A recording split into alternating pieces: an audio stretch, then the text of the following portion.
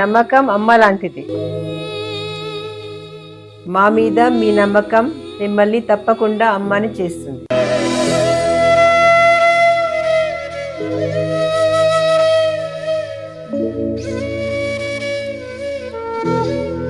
నేడు ఎంతో మంది మా మీద నమ్మకంతో అమ్మాయారు. మీకోసం అమ్మతనం ఎదురు చూస్తుంది. వివరాలకు సంప్రదించండి. Kiran infertility centre, Hyderabad, Bengaluru, Chennai, Delhi. శ్రీమన్మహాగణాధిపతయే నమః. విశ్వకర్మ పరబ్రహ్మణే నమః. ప్రతి ఒక్కరి జీవితంలో ఆనందకరమైన జీవితాన్ని పొందడానికి ఎన్నో రకాలుగా ప్రయత్నాలు చేస్తూ ఉంటారు. ప్రస్తుత కాలంలో మనకు ఈ ఫిబ్రవరి 23వ తారీఖు నాడు ఉదయం 11:34 నుండి మార్చి 1వ తారీఖు మిడ్నైటు 12:34 వరకు పంచగ్రహ కూటమి పేరుతో 5 గ్రహాలు కుంభరాశిలో సంచరించబోతున్నాయి. మనకు గత జీవితాల్లో షష్టగ్రహ కూటమి, సప్తగ్రహ కూటమి, ఇలా చతుర్గ్రహ కూటమి, త్రిగ్రహ కూటమి అంటే ఇట్లా మనకు ఒకే స్థానంలో 3 గ్రహాలు, 4 గ్రహాలు, 5 గ్రహాలు కలవడాన్ని మనం గమనించుంటాం. కానీ ఈ యొక్క 2026వ సంవత్సరంలో ఈ యొక్క పంచగ్రహ కూటమి అనే కుంభరాశిలో ఏర్పడుతుంది.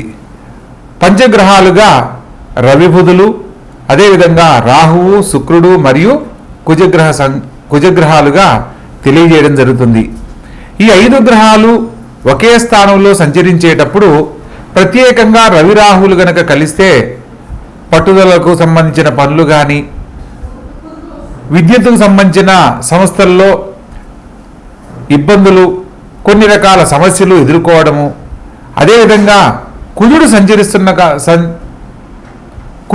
సంచరిస్తున్న కారణంగా మాటకు సంబంధించిన కొన్ని మాట్లాడే సందర్భంలో ఆలోచించకుండా మాట్లాడడం వల్ల, తీసుకునే నిర్ణయాల వల్ల ఎదుర్కొనే సమస్యలు, అదేవిధంగా శుక్రుడు ధనానికి, ఆర్థిక లాభానికి అధిష్టాన దేవుడుగా, బుధుడు బుద్ధిబలానికి, తెలివిగా మాట్లాడే జ్ఞానానికి అధిష్టాన దేవుడుగా మనకు గ్రహాల యొక్క స్వభావాలు తెలియజేస్తూ ఉన్నాయి.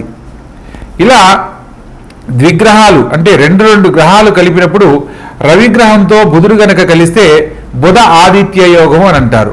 ఈ బుధ ఆదిత్య యోగము చాలా యోగ్యమైనది.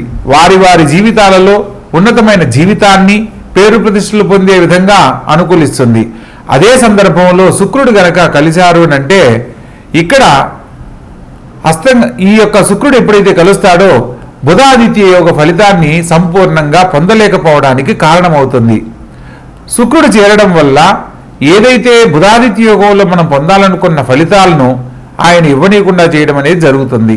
తత్కారణంగా యోగం ఉన్నప్పటికీ కూడా కొన్ని రకాల పరిస్థితుల్లో మనం సమస్యలు ఎదుర్కోవడం కూడా జరుగుతూ ఉంటుంది.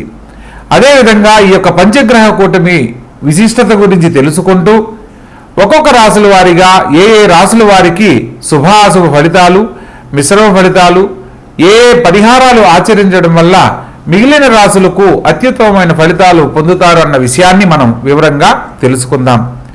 ప్రత్యేకంగా ఈ యొక్క పంచగ్రహ కూటమి గురించి మనం పెద్దగా భయపడవలసిన విషయం కాదు అనేది ముఖ్యంగా తెలుసుకోవాల్సిన విషయం. ఎందుకంటే 2019 డిసెంబర్ 26లో షష్టగ్రహ కూటమి ఏర్పడిన సందర్భంలో మనకు కరోనా పేరుతో అనేక రకాల సమస్యలు ఎదుర్కొన్న సంగతి అందరికీ తెలిసినదే.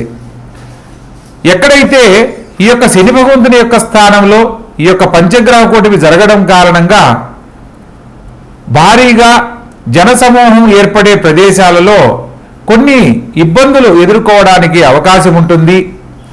శక్తికి మించిన పనులు చేయరాదని సూచనగా తెలుసుకోవాలి. విద్యుత్తుకు సంబంధించిన పనుల్లో కూడా తగు జాగ్రత్తలు తీసుకోవాలి. విద్యుత్ రంగాల్లో పనిచేసే వాళ్ళు కానీ లేదా పెద్ద పెద్ద పెట్టుబడులు చేసే విషయాలలో ప్రస్తుత కాలంలో ఎటువంటి నిర్ణయాలు తీసుకోకూడదు అని సూచనగా తెలియజేయడం జరుగుతుంది.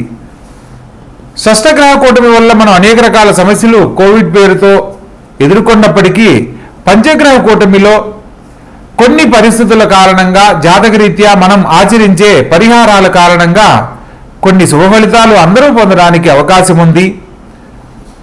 ప్రస్తుత కాలంలో ఈ యొక్క ద్వాదశ రాశుల యొక్క శుభాశుభ ఫలితాల గురించి వివరంగా తెలుసుకుందాం. గ్రహ సంచార ఫలితాలను గురించి తెలుసుకునే ప్రయత్నంలో మేషరాశిలో చంద్రుడు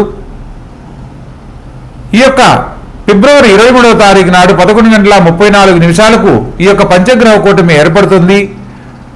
మార్చి నెల 1వ తారీఖు మిడ్ నైట్ 12:34 వరకు ఉన్న సమయంలో ప్రస్తుతం ఇది వృషభ లగ్నంలో ఈ యొక్క పంచగ్రహ కూటమి ఏర్పడుతుంది. మిథున రాశిలో గురుగ్రహ సంచారము, సింహరాశిలో కేతుగ్రహ సంచారము, అదేవిధంగా కుంభరాశిలో రవి రాహు బుధులు మరియు శుక్ర కుజులు సంచరిస్తున్నారు. మీనరాశిలో శని సంచారం జరుగుతూ ఉన్నది. ప్రస్తుత కాలంలో మీనరాశి వారికి ఏలినాటి శని జరుగుతుంది. అదేవిధంగా మేషరాశి వారికి కుంభరాశి వారికి కూడా ప్రత్యేకంగా ఈ యొక్క శని భగవంతుని యొక్క స్వక్షేత్రమైన ఈ యొక్క కుంభరాశిలో పంచగ్రహ కూటమి జరుగుతున్న కారణంగా ఒక్కొక్క రాశుల వారీగా వివరంగా తెలుసుకుందాం.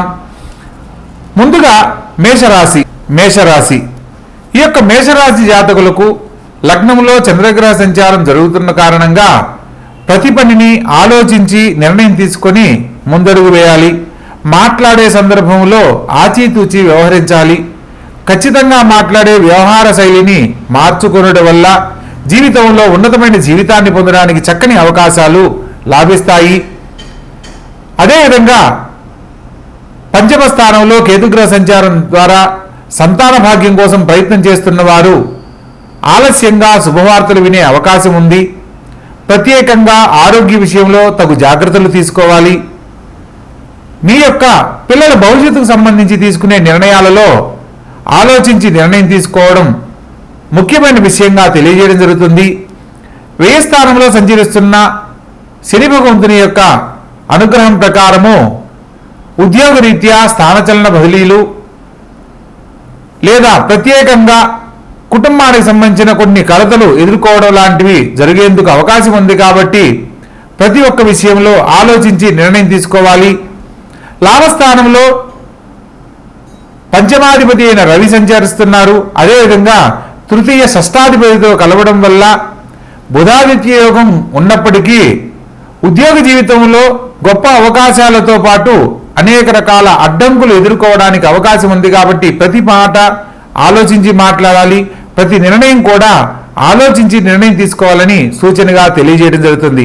అదేవిధంగా ద్వితీయ సప్తమాధిపతి అయిన శుక్రుడు లాభస్థానంలో సంచరిస్తున్న కారణంగా ఆర్థిక బలంగా చక్కగా ఉన్నప్పటికీ కొన్ని అనుకోని ఖర్చులు, అనవసరమైన ఖర్చులు, వృధా ప్రయాసలు ఖచ్చితంగా జరుగుతాయి. కాబట్టి వీలైనంత వరకు తగు జాగ్రత్తలు తీసుకోండి.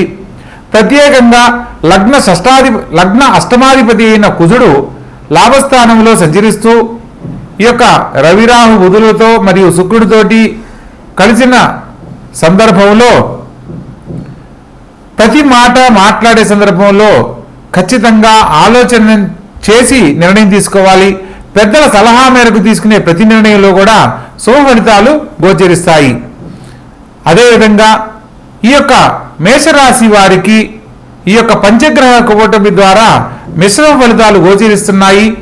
ప్రత్యేకంగా సుబ్రహ్మణ్యేశ్వర స్వామి ఆరాధన, అదేవిధంగా సూర్య భగవంతుని ఆరాధన గనక ఆచరించినట్లయితే కుటుంబానికి సంబంధించిన అనేక రకాల సమస్యలు తొలగిపోతాయి. సూర్య భగవంతుని ఆరాధించడం వల్ల ఉద్యోగంలో పదవి ఉన్నతి, ఉద్యోగంలో స్థిరమైన జీవితాన్ని పొందడానికి చక్కని అవకాశాలు లాభిస్తాయి.